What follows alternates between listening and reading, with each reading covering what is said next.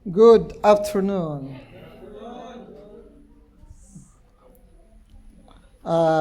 Salamat sa muli sa tiwala na ipinagkaloob ng Diyos sa akin upang pagsilbihan kayo sa pamamagitan ng preaching of the word as we continue our worship. Marahil yung text na binasa kanina ay sariwa pa rin sa inyo. Sa Bible study, mainit na topic, magandang pag-usapan, and it's building more questions actually. Before we begin, I would like to say, ito pong exhortation ni Peter sa text na binasa natin, hindi po ito mahirap unawain kung maiintindihan lang natin. Hindi po siya mahirap na unawain. It's a very straightforward exhortation of Peter sa mga kanyang sinulatan. Mahirap po itong gawin. Iba po yung unawain, iba ang gawin. Okay? So, before we start, let us ask our Holy Spirit to guide us through this preaching. Panginoon, maraming salamat sa hapong ito. Kami nagkatipan muli sa lugar na ito upang dakilain ang iyong pangalan. As I preach, Lord, your word, may you cover me, O God. May your Holy Spirit lead me, guide us. Yung mga makakarinig ng iyong salita, Panginoon, buksan mo po ang kanilang spiritual na mata upang makita at spiritual na tenga upang marinig ang mensahe mo sa hapong ito. Panginoon, we depend unto you, not to our strengths. Magamat pinag-aralan, nagsumikap, we labor unto this, but still we depend unto you, Holy Spirit, in this very day. At Panginoon, may you guide everybody to your word. In Jesus' name we pray. Amen. Yes, ang topic po natin dito is live as servants of God. Okay. It's so simple actually. 13 to 17. Pwede nga natin i-memorize to kung tutusin. As I meditate, continue meditating it. Ayun nga, na-memorize mo na talaga. At I come up with this main idea. Dalawa po yung main idea ko. Isang English, isang Tagalog. Dalawa po yan. Believers must submit to human authorities for the Lord's sake, demonstrating honorable conduct that reflects true freedom as God's servants. Sa Tagalog, dapat magpasakop ang mga mananampalataya sa pamahalaan dahil sa Panginoon at mamuhay ng maayos bilang patunay na malaya silang naglilingkod sa Diyos. So, pag tinignan mo yung may idea, is already the summary, the exegetical summary. No? So, bagamat ilang verses lang to, I outlined it this way. Una, the call to submit. That is verses 13 to 14. Pangalawa, the will of God. Verse 15. Pangatlo, the pre-servants of God. Verse 16. And lastly, the four commands. Okay, isa-isahin po natin yan. Let me begin with this. In military term, we have this so-called, very popular, obey before you complain. Familiar rin siguro si Job dyan. Okay. Ano ba yung ibig sabihin ng katagan na obey before you complain sa military term? It emphasizes the necessity of following order first. Okay? As a fundamental principle of discipline and mission success. So before you do any complaint, before i-address yung mga complaint na yan, importante na sundin mo muna. That's fundamental. Okay? It means that the service member, yung kanyang inutusan, immediately and primary duty is to execute the command. Okay? And the process of addressing concern later. saka na natin pag-usapan yan. The principle reinforces chain of command and ensures operation can be proceed efficiently without constant questioning. Although it does not apply to a clearly illegal or immoral orders, which should be refused. Okay? In short, follow first, then question later. Okay? Never the other way. Hindi po yan sa ganon. The mission takes precedence over the personal preference or comfort. Yan po yun sa mga military. Kaya iba po ang buhay ng mga military sa mga sibilyan na katulad natin. Na? At the same way, Peter is calling us. That call to submit. The first verse natin, yung first two verses natin. The call to submit. Now, before we begin, maganda po na ma-observe muna natin yung mga terminology na ginamit dito ni Peter. Unang-una, yung word na submit. It's a strong word, by the way. Submit. So dictionary, well, because this is a Bible, the word came from the Bible. So I used the dictionary of the Bible. We have a so-called Bible dictionaries, by the way. Hindi katulad ng mga Western, Webster, Merriam-Webster, iba pa yun, no? Meron din particular na dictionary ginagamit ang Bible. Or we call it lexicon. No? Sabi rito sa mga definition na to, submit is to place oneself in subordinate position. Okay? To be obedient to authority. Sabi nga rito, often used in military or social context to describe the proper arrangement of order or hierarchy. That is the BDAG dictionary. Sabi naman sa Lonida, to subject oneself to someone else. Okay? Or to be obedient. Emphasizing on willingness, respect, obedience rather than coercion. Yung very popular na ginagamit ng Bible is being strong. Kung meron kayong King James with strong, ang sabi diyan, itong term na submit is hypotasso, meaning to subordinate, to place in subjection, to submit. Most of the time in New Testament, ginagamit po yan described as a voluntary submission to authority, government, or leaders. Pero sa nakita ko rito kung paano ito ginamit ni Peter, it seems to me, this is a submission to authority or to one another also in a body of Christ. So maraming usage, na? Ang immediate context is, pinapasubmit tayo ni Peter sa human institution. Right? Yan yung sinabi niya dyan sa text. You submit for the Lord's sake to every human institution. Now, binanggit dito yung reason why we need to do that. So, Peter is not only telling us or commanding us to submit. Sinabi niya yung rason or the ground of submission. At sinabi rito is for the Lord's sake. That praise for the Lord's sake is crucial. Very important po yan. That's the ground why we need to submit for the Lord's sake. God appointed civil government or leaders for the good of human society, by the way, for the order. Okay? Binasa nga kanina ito ni Pastor James sa kanyang bago siya mag-pastoral prayer. Pero bakit doon ang hugot ni Peter? For the Lord's sake, you submit. Unang-una, sabi sa Romans 13:1-2, let every person be subject. That same word, subject, is the same word used by Peter. Subject to the governing authorities. For there is no authority except from God.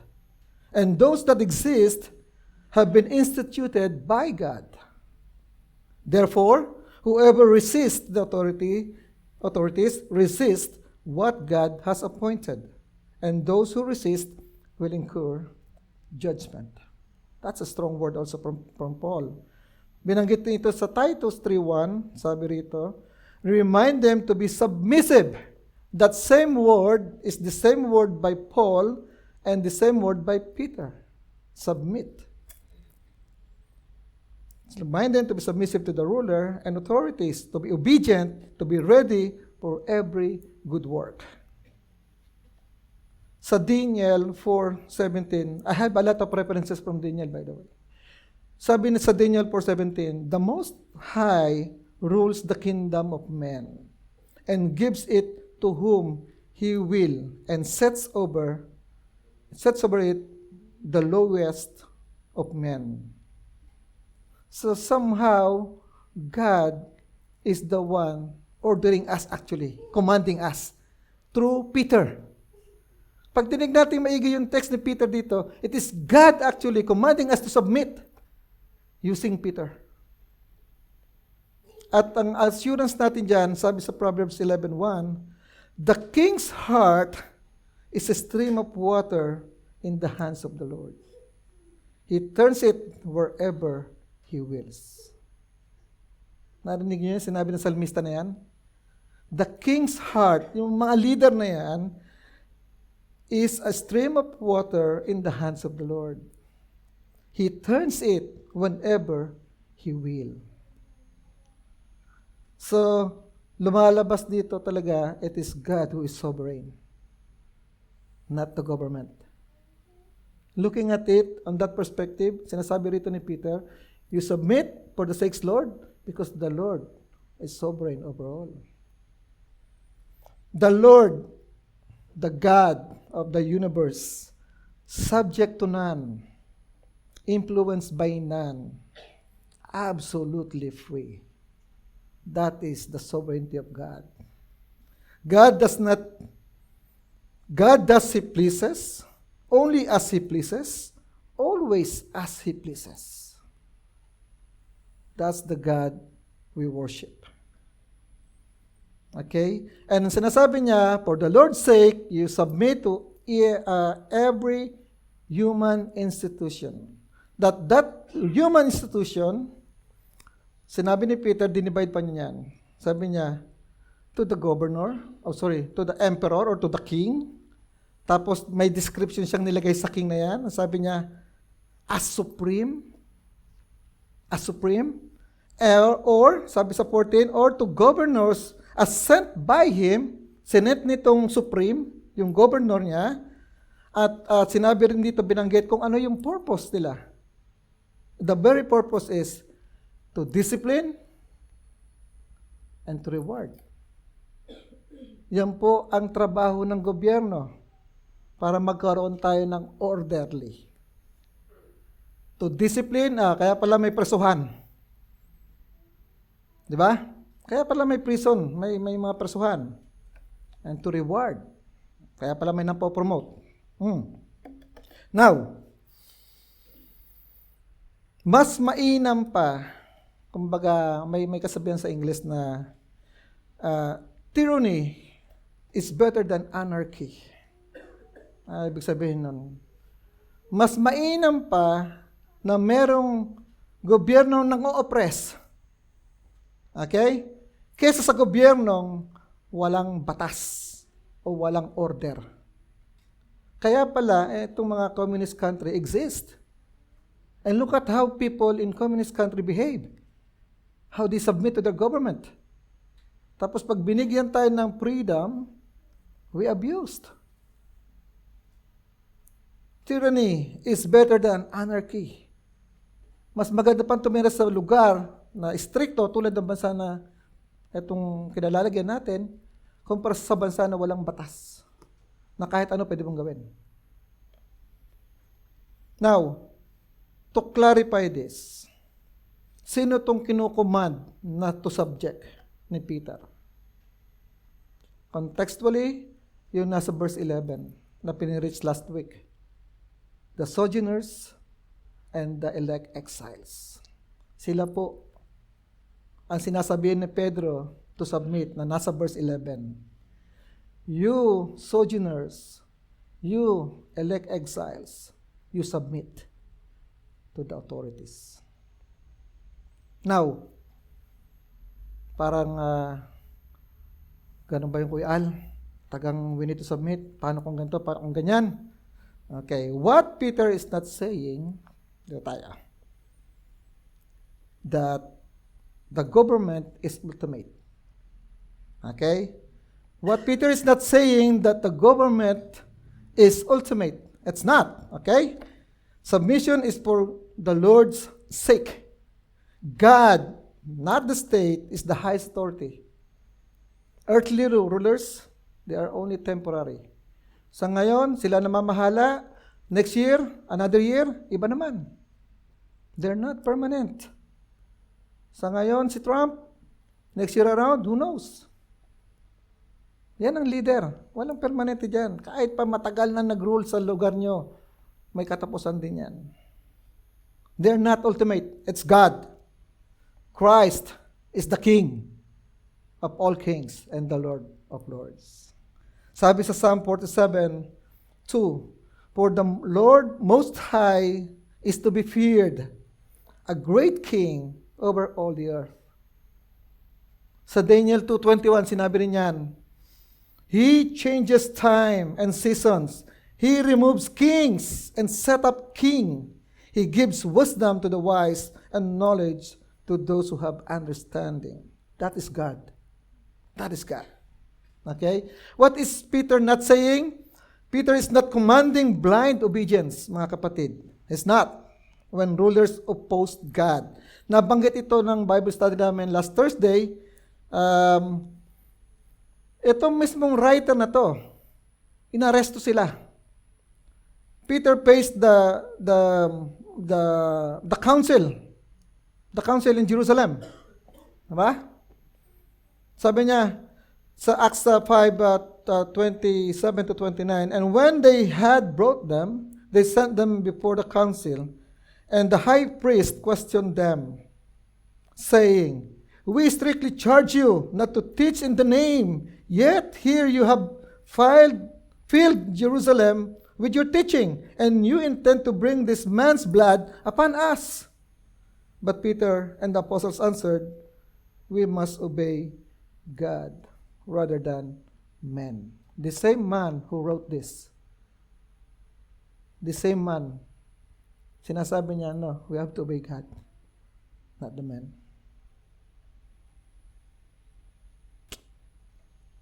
Yes, ito po si Peter. And when Peter wrote this letter, he was actually in Rome. Binanggit yan sa 1 Peter 5:13 sa bandang huli niya. The same man telling us to submit to the government. Naaalala natin siguro, very popular ito sa book of Daniel, yung tatlong magkakaibigan. Shadrach, Meshach, and Abednego. They did not bow down to the gods of Nebuchadnezzar. No. Sabi niya, kung mamatay kami, sige. But we will not serve your gods or worship the golden image that you have set it up. Takes a lot of faith to do that. Takes a lot of faith. Pero ito pinamaganda, yung huli pa. Sa Exodus, kung naalala niyo yung mga midwives. Okay? Naalala niyo yung midwives? Sa Exodus 1:17, but the midwives feared God and did not do as the king of Egypt commanded them, but let the male children live. Now, yung Exodus time, the Pharaoh is the most powerful man. It's yung tema na yon, yung kingdom na yon is run by the Egypt. In the same way, contemporarily, sa panahon ni Peter naman, nung sinusulat niya to, it's Nero. That midwives disobeyed Pharaoh. It's like saying, yung mga midwives na yung panahon ni Peter, they disobeyed Nero, the most powerful man on earth. Mga kapatid, submission is real, but it's not blind or unqualified. Peter is not asking believers to approve injustices or support evil. Okay? submission is not somehow some kind of endorsement. Christian can submit with respect while still opposing wrongdoing, corruption, or cruelty. And ika nga we can agree to disagree. Okay? Sa Amerika, may mga states sa Amerika na ang abortion ay legal. Kung ikaw isang nurse, and if your conscience cannot take to perform that procedure with your doctor, you may refuse. You may refuse. Pwede mo sabihin, sorry doc, against sa Christian belief ko yan, na mag-abort. I will not participate with you. And that's why the government, the states, if you will participate, they will offer you huge amount of money. Mag-participate ka lang sa abortion. But that is the law. That is American law. Pero kung ikaw ay nurse at labagyan sa iyong konsensya, you may not. Just simply tell them, I cannot participate on that. So Peter is not asking believers to approve injustices or support evil. Actually, sinabi nga niya sa Ephesians 5:11, take no part in the unfruitful works of darkness, but expose them. Sabi sa Isaiah 1:17, learn to do good, seek justice, correct oppression, bring justice to the fatherless, plead the widow's cause. And lastly, what Peter is not saying here is the government always act righteously. No, they don't. Minsan may mga sablay na rule ng gobyerno. Siguro, huwag na tayong lumayo sa ating bayan mismo, sa ating bansa, para galawin mo yung pondo ng PhilHealth para sa ibang bagay is against or something unconstitutional. But somehow it happened. Okay? So, he calls them to submit even under hostile Roman. Nung panahon ni Peter here, napaka-hostile ng Roman. And by the way, Nero is the one, sabi nga yung nag-rule, siyang emperor. At siguro, familiar kayo kung sino si Emperor Nero. O, kung hindi man, siya lang po naman yung nagsusunog o sumusunog sa mga Christian. Ginagawa niyang Human Torch. Yung iba, baka narinig niyo si Nero dahil ito ay isang computer software. Right? Yung pagka nagka-copy kayo ng one disk to another, very popular yung software na Nero. And the term is, ewan ko ba kung ba't ginamit ng computer yung burn. Nagka-copy ka ng disk, ang tawag burn. Right? Tapos yung burn, from that concept, burn. Si Nero. Si Nero yung nagsusunog ng mga Kristiyano. Ginamit nila yung sa application nila yung pangalan, Nero. Technically, yung pag-copy ng disk requires a lot of heat from the laser. Kaya kinokopya niya yung images. So somehow, ang tawag nila burning. To burn. So, yeah. So yung 13 and 14, just to sum up or to interpret it, okay? To subject or to submit is a command, okay? It's a command from our supreme commander, our God.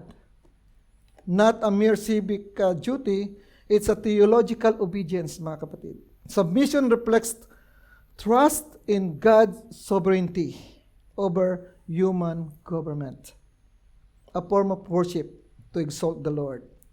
Submission is not based on the worthiness of the leaders, but a commitment to Christ. And to back it up, sabi sa Colossians 3:23-24, whatever you do, work heartily as for the Lord and not for men, knowing that from the Lord you will receive the inheritance of your reward. You are serving the Lord Christ. Mga kapatid, tulad ng sinabi ko kanina, hindi ito mahirap unawain pagka naintindihan. Mahirap itong gawin. Do we really obey the rules or the law when no one is watching? Knowing that we're serving Christ. So imagine if we violate the rule of God. Are we quick to complain or resist authority?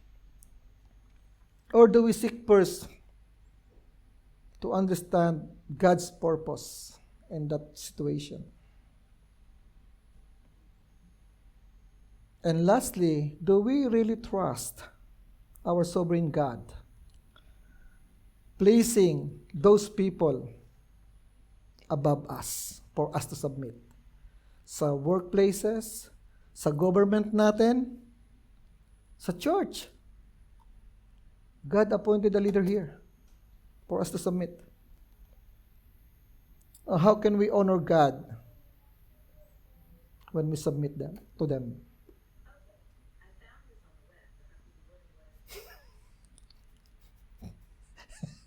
Okay? So, yan po ang sinasabi ng 13 and 14. Hindi siya mahirap intindihin. Mahirap siyang gawin. Somehow, we are guilty of this. At nagpatuloy si Peter sa verse 15, sinabi niya, "For this is the will of God, that by doing good, you should put to silence the ignorance of the foolish people."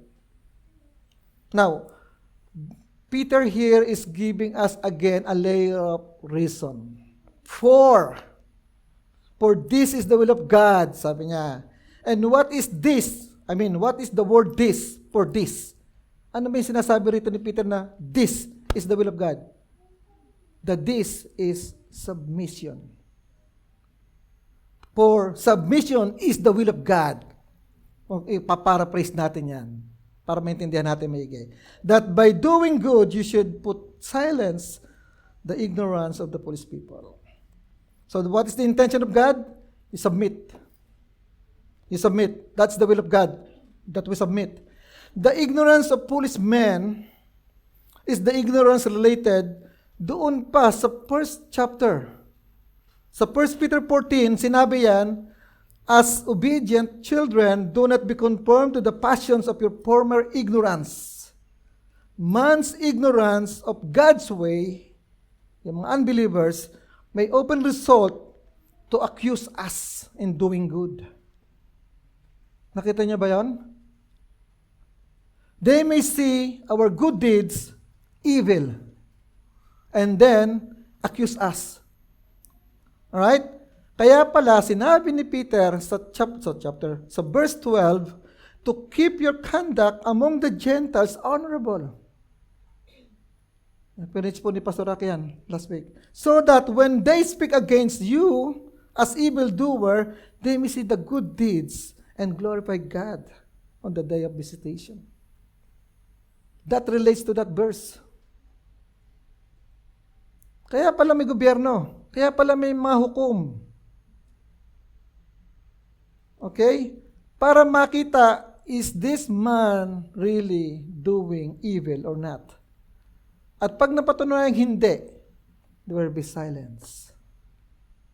Inaakusahan mo ng masama yung mabuting gawa. Pagdating sa korte, sino mapapahiya? Yun po yung sinasabi rito sa verse 15.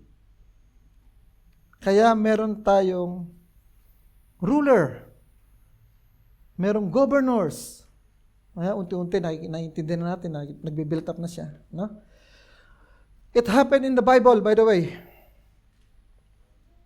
Daniel was vindicated by King Darius in Daniel 6. Kung naalala niyo yung kwento na yan ni Daniel. Okay? Inakusahan siya. Dahil walang makita sa kanya. Inakusahan si Daniel. Hindi siya sumusunod sa hari. Tapos, nilinlang nila yung hari. Pinasign. Ang hindi sumunod sa hari, saan dadalhin daw? Lion's den. Right? Daniel was vindicated. He's not doing wrong. And King Darius was very happy, by the way, after that. Si Paul din naman. Si Pablo was likewise vindicated by the Roman officials. Kung mababasa natin ito sa Acts 26, And the king arose and the governor at Bernice, and those who were sitting with them. And when they had drawn aside, they began talking to one another, saying, This man, referring to Paul, is not doing anything worthy of death or imprisonment. And Agrippa said to Festus, Festus was the governor during that time, this man, referring to Paul, might have been set free if he had not appealed to Caesar. That's Paul. At gusto kong i-highlight also our Lord Jesus Christ was vindicated by Pontius Pilate. Remember, they had a kangaroo court na kinunbik agad nila ang Panginoong Jesus dahil ang council, ang Sanhedrins are limited with powers, they cannot execute. Kaya dinala nila ito sa governor during that time, who was Pontius Pilate. Siya yung governor ng Jerusalem during that time. Dahil hindi nila ma-execute si Christ, si Jesus, dinala doon. Ano sabi ni Pontius Pilate? I have found no guilt in this man regarding the charges which you make against him. Sabi sa Luke 23:14. Sa John, sinabi rin yan, I find no guilty in him. Vindicated.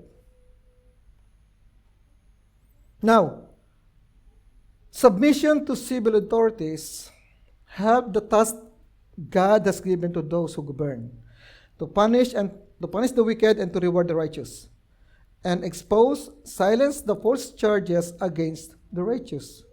In this passage, mga kapatid, the will of God is for us to do good, just like sa chapter verse 12, keep our conduct honorable so that if they accused us, our good deeds vindicates us and glorify God.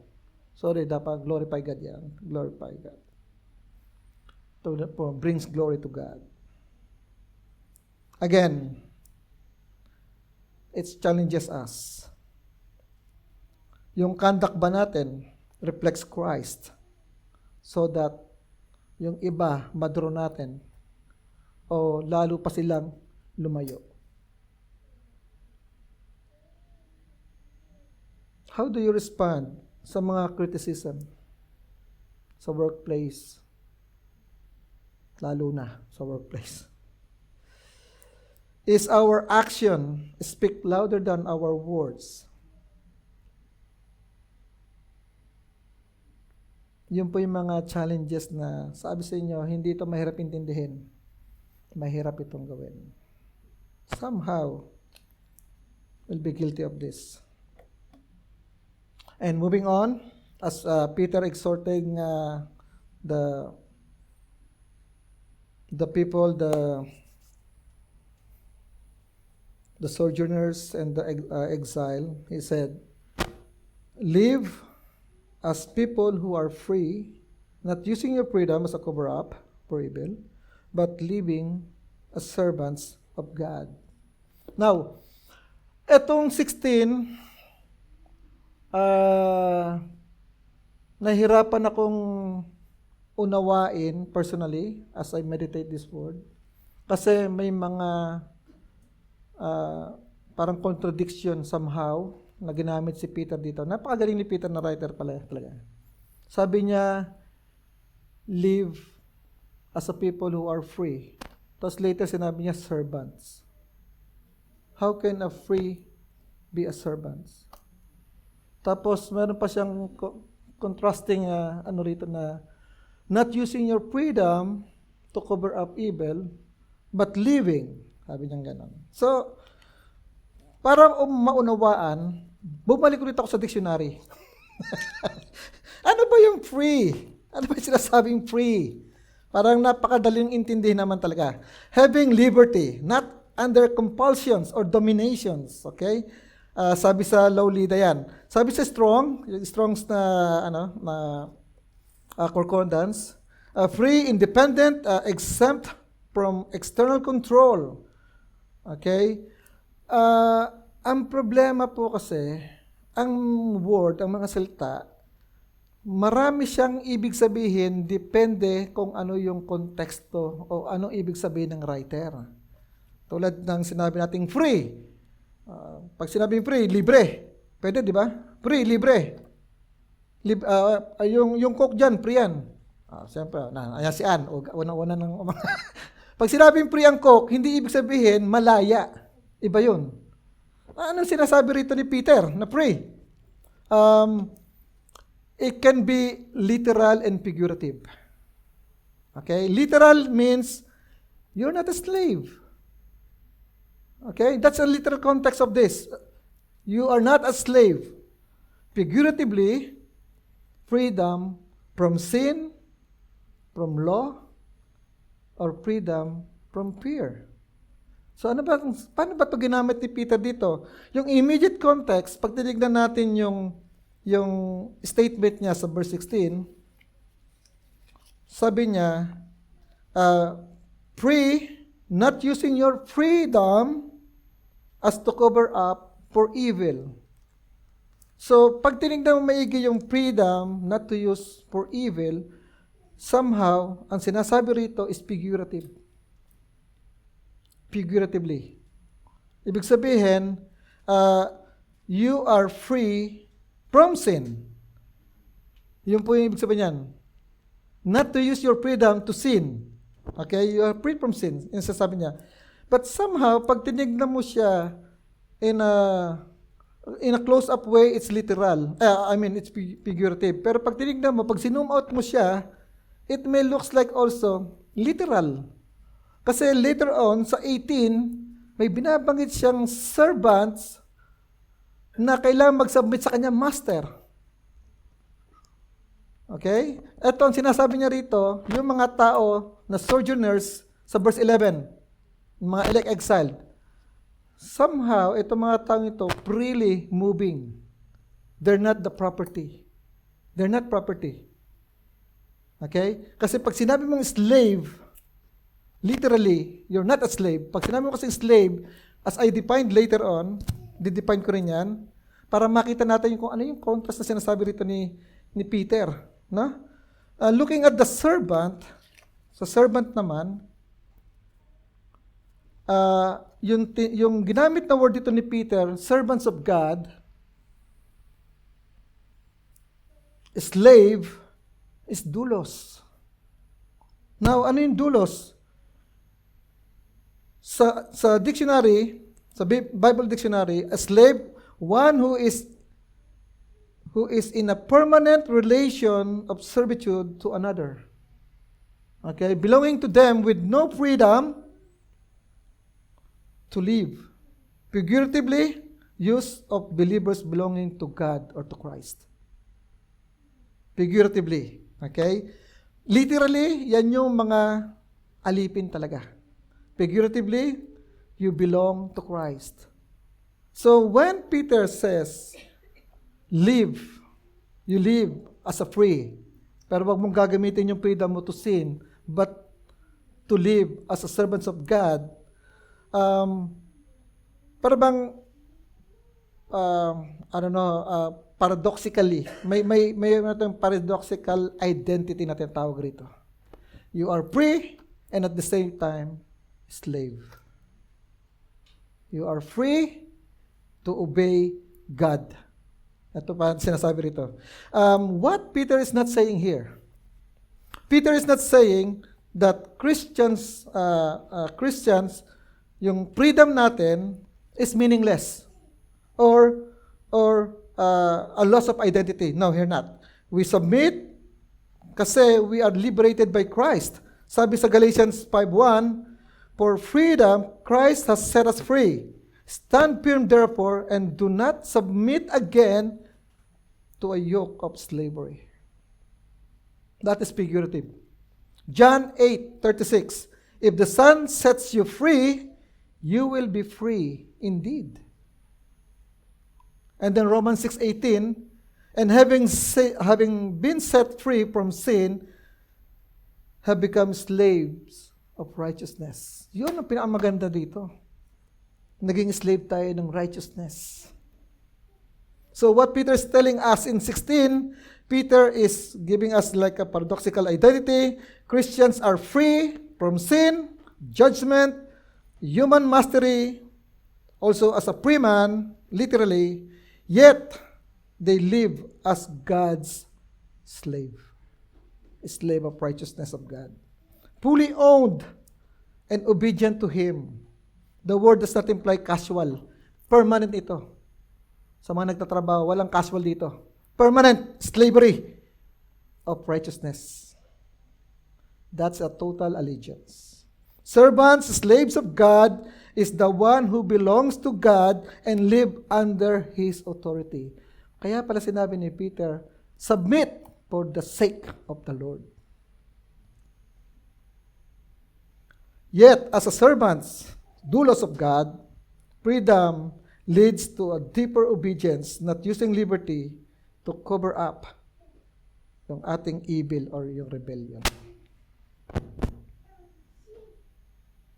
Now, are we using our Christian freedom to serve God or to serve ourselves? In what areas of our lives pa ba na pwede nating isubmit pa sa Diyos yung ating freedom na yan? Ano pa ba yung pwede nating isubmit sa Diyos? Ano pa ba yung bagay na ayaw mong i-give up sa Kanya? And how does understanding that we are a slave of God change your daily thinking now? Na hindi ka na pala pagmamayari ng sarili mo, kundi ikaw pagmamayari ng Diyos mismo. Again, hindi siya mahirap intindihin, di ba? Pag naunawaan, mahirap gawin. And lastly, eto mahaba. Yung pang-apat. Yung pang-apat, the 4 commands. Pag sinabing commands, ito, imperative talaga itong mga to. Now, I think nilagay ko rito yung 4 na verses ng Bible. Honor all people, love the family of believers, fear God, honor the kings. Now, pag tinignan ninyo yung 4 na translation na yan, ESV, bawat isang phrase end up with a dot, well, period. Samantala, yung tatlo, it's like one sentence. Except yung NLT, ginawa niyang dalawa. Ginawa niyang dalawa, LLT. Na? Now, I want you to focus on to this, ano ba tong honor na to, sinasabi rito? What is this command? Peter is commanding us to honor. Peter is commanding us to love. Peter is commanding us to fear. Those are verbs.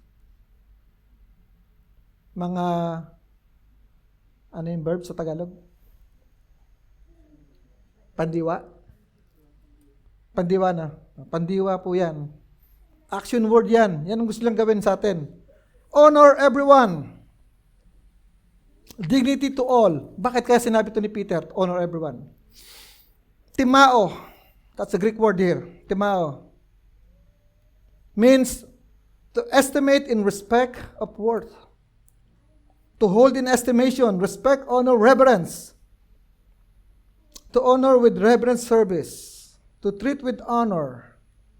Yan po yung mga dictionary sa bidag. Sa original context po, sinabi rito ni Peter, both yung honor everyone, tapos honor the emperor. Pero yung original text, ang ibig sabihin, show proper respect to everyone.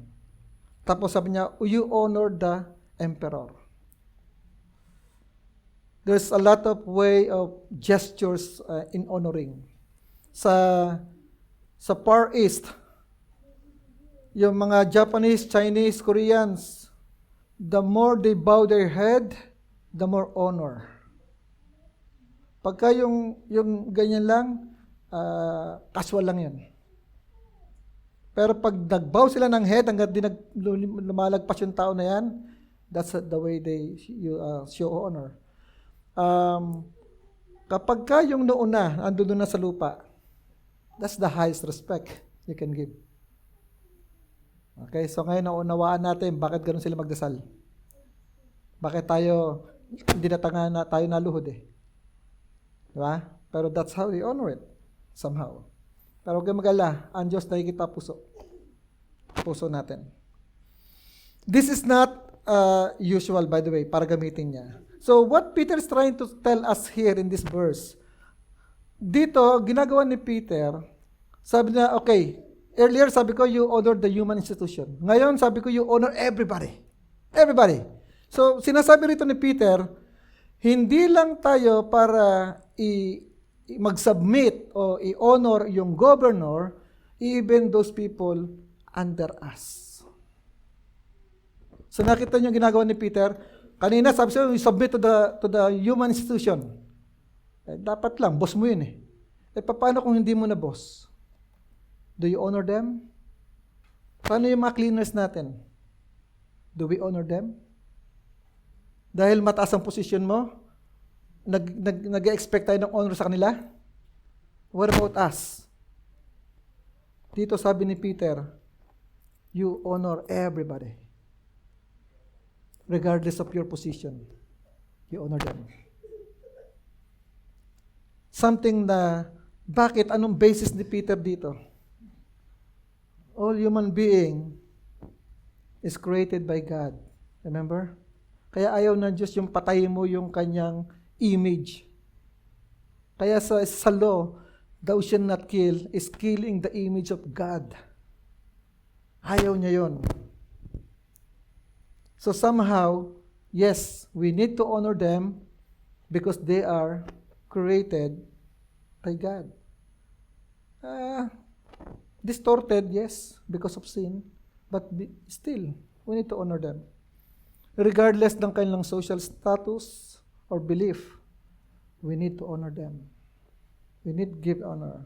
What Peter is not saying here, hindi sinasabi dito ni Peter na maging selective based on personal preference ang pag-honor. Honor everyone means we don't get dishonor those we dislike. Ayaw ko dyan. Tabla yan. Honor doesn't mean agreement. Honor doesn't mean agreement. Respect can exist even in the midst of disagreement. Again, we can agree to disagree. Thus, sabi pa dito ni Peter, Peter is not saying that treating everyone equally or believing they are all equal worthy of honor in every way. But rather, Peter is saying here, showing respect for a common humanity. Hindi naman lahat talaga ng tao para sa level ng honor. Pag boss natin, tawag ka na boss. Ako na, pag di ka agad tumayo ka, anong ginagawa mo? Pero pag sinabi, tawag ka na ganito, kaya mo siya. Busy pa ako. Honor all, even enemies. Aray. Because we reflect Christ. Love your enemies and pray for those who persecute you, sabi sa Matthew 5:44.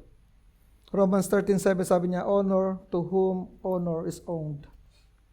Sa Romans 12:10, outdo one another in showing honor. Pero mas maganda itong makita sa dishonoring. Pag pinag-usapan natin yung dishonoring, mas madali. Bakit kamo? Whenever we are angry, we dishonor them. Kahit sino pa yan. Kahit sino pa. Whenever we are angry, we dishonor everyone. At isa pa, whenever we apply partiality, we dishonor them. Partiality, discrimination. Discrimination. Siguro, sana hindi lahat, pero kung naka-experience ka ng discrimination, that's dishonoring, by the way. Ang problema sa racial discrimination, it honors some and dishonors others. Yan ang problema sa racial discrimination. Ang problema pa naman ng Pilipino, akala natin pag puti, magaling. Hindi lahat ng Superman puti. Ika. Hindi lahat. Pero somehow, yan ang kultura natin. No? Discrimination is wrong. It honors some, but others also dishonored. Okay? Yung mga na-imprison, kahit pa nga sila deprived of liberty, meron pa rin batas to protect them, to honor their dignity. Meron pa rin yan.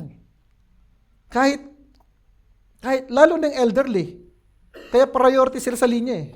Di ba? That's the way we honor them. Pagka yung elder, hindi mo pinagbigyan, that's dishonoring. Lalo na yung mga mahihirap, they are prone.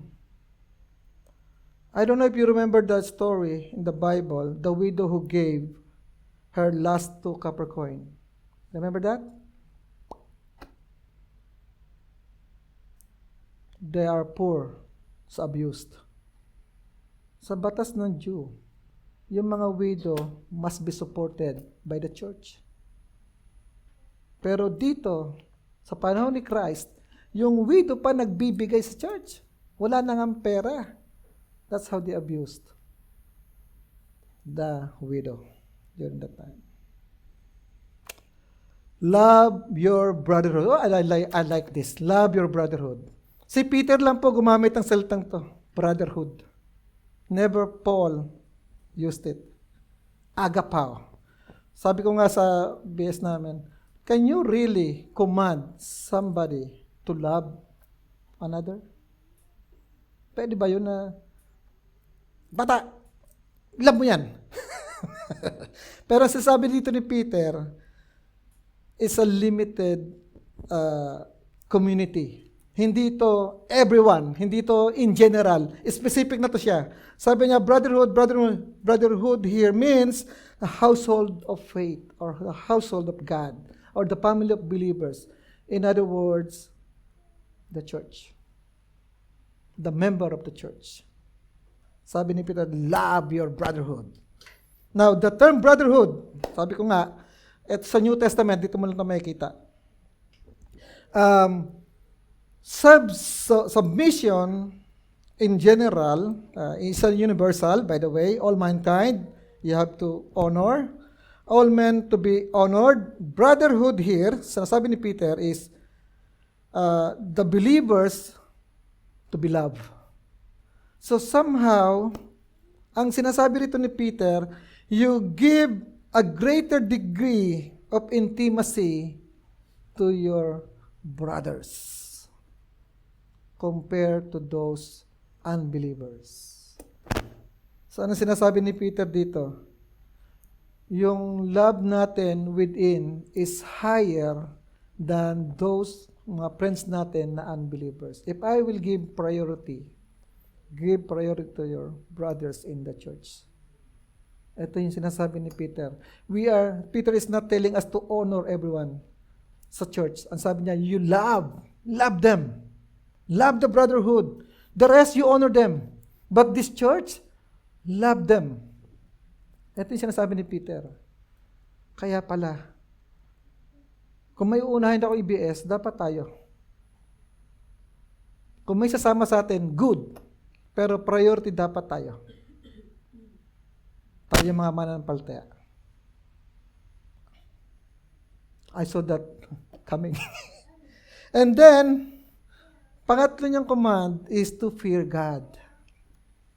Fear God means dread. Maraming ibig sabihin ng fear.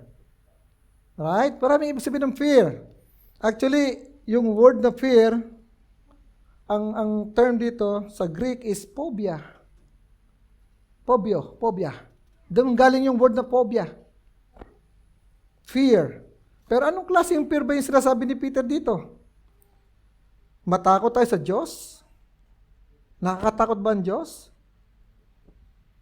I think what Peter is trying to say here is katulad dun sinasabi sa Proverbs 9:10. The fear of the Lord is the beginning of wisdom and the knowledge of the Holy One in insight. Yung fear na nanarasan ng disciple niya sa Sea of Galilee nung bumagyo. Okay? Nung bumagyo, talagang natakot yun. Yung talagang takot na mamamatay sila dahil biglang bumagyo doon. Pero nung makita nila si Christ na pinahinto, mas matindi daw yung takot na naranasan nila. Reverence. Hindi na sila natatakot doon sa kalikasan, kundi doon sa tao na nag-command sa bagyo na huminto. And the word that they used, the fear, that reverence to Christ. Mas sino to? Sabi, sino to? Kahit ang nature sumusunod sa kanya. That kind of fear. Reverence. So pag tininig natin yung arrangement dito ni Peter, honor everyone, love your brotherhood, fear God, kasi through that fear of God, for the sake of the Lord, you submit, you honor the emperor. Yun po yung panghuli dyan, yung emperor. So the ultimate reverence belongs to God, not to the emperor. Emperor, the king, is to receive honor as an ultimate human authority over man, as civil respect, without replacing godly fear. He is to be honored as a man, the head of man, but there's a limit in that honoring. Hindi siya pwedeng i-worship. Na tulad ng ginawa ni King Darius at ni Nebuchadnezzar, they never bow down to that king to worship them. Only to God. For allowing others to worship Him, tulad nung nangyari kay Herod, I don't know if you remember, Herod, God put him to death.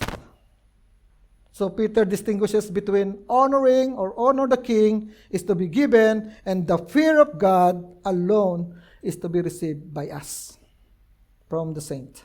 So in summary, we are to give honor to everyone, but a higher degree of intimacy to the household of God. Fear belongs to God alone. The emperor receive honor, not worship. So para mabalance yung tension na yan, honor human authorities, fear divine authority. Do we show respect and honor sa mga tao